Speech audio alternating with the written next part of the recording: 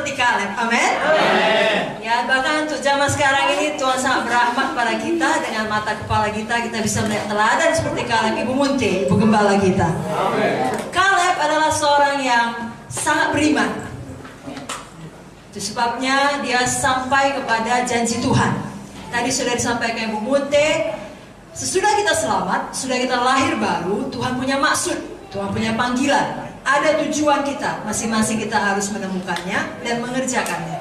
Secara garis besar semua kita anak-anak Tuhan dipanggil Tuhan untuk menginjil dan memuridkan. Itu perintah agung. Untuk masing-masing di antara kita ada talenta daripada Tuhan, ada karunia daripada Tuhan yang harus kita kerjakan. Tuhan tidak mau kita menyimpannya untuk diri kita sendiri. Namun untuk mengerjakan itu semua, kerap kali kita butuh iman. Bukan kerap kali, memang harus dengan iman.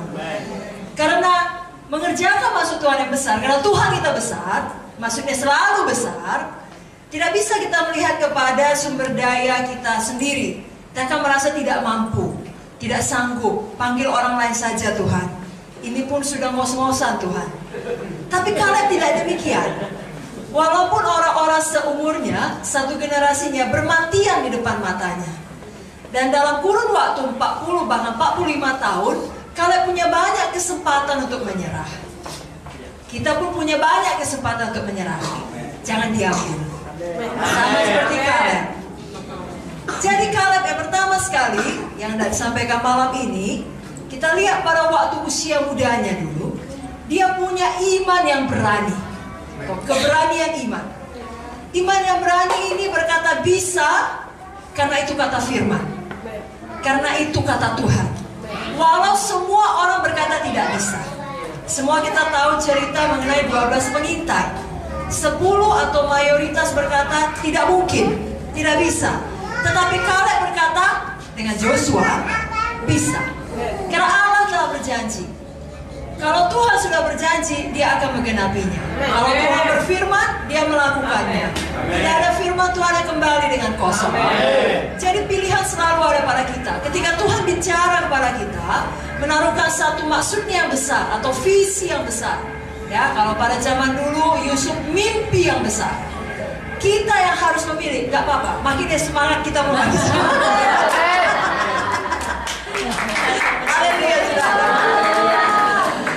Kalau Tuhan sudah menaruhkan visinya atau mimpinya dalam hati kita, kita pilih untuk percaya. Ada satu juga tokoh di Alkitab namanya Abraham. Dialah bapak orang beriman. Kita anak-anak Abraham. Di dalam Roma 4, saya bacakan mulai dari ayat 18. Sebab sekalipun tidak ada dasar untuk berharap, namun Abraham berharap juga dan percaya bahwa ia akan menjadi bapa banyak bangsa menurut yang telah difirmankan, demikianlah banyak nanti keturunanmu. Imannya tidak menjadi lemah walaupun ia mengetahui bahwa tubuhnya sudah sangat lemah karena usianya telah kira-kira 100 tahun dan bahwa rahim Sarah telah tertutup. Tetapi terhadap janji Allah ia tidak bimbang karena ketidakpercayaan, malah ia diperkuat dalam imannya dan ia memuliakan Allah dengan penuh keyakinan bahwa Allah berkuasa untuk melaksanakan apa yang telah ia janjikan. Karena itu hal ini diperhitungkan kepadanya sebagai kebenaran.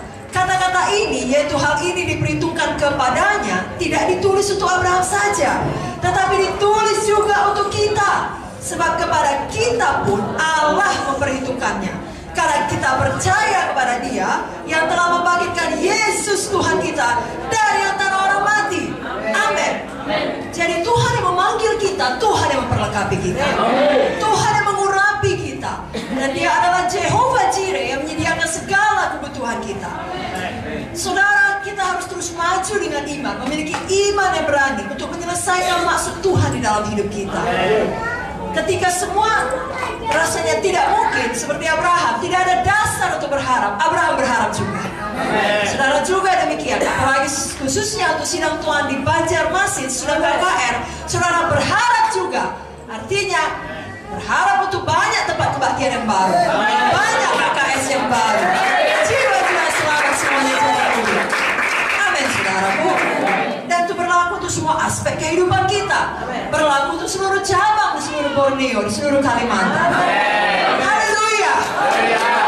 Memang itu DNA-nya Tuhan di dalam kita. Ya Tuhan yang besar, maksudnya juga besar bagi kita.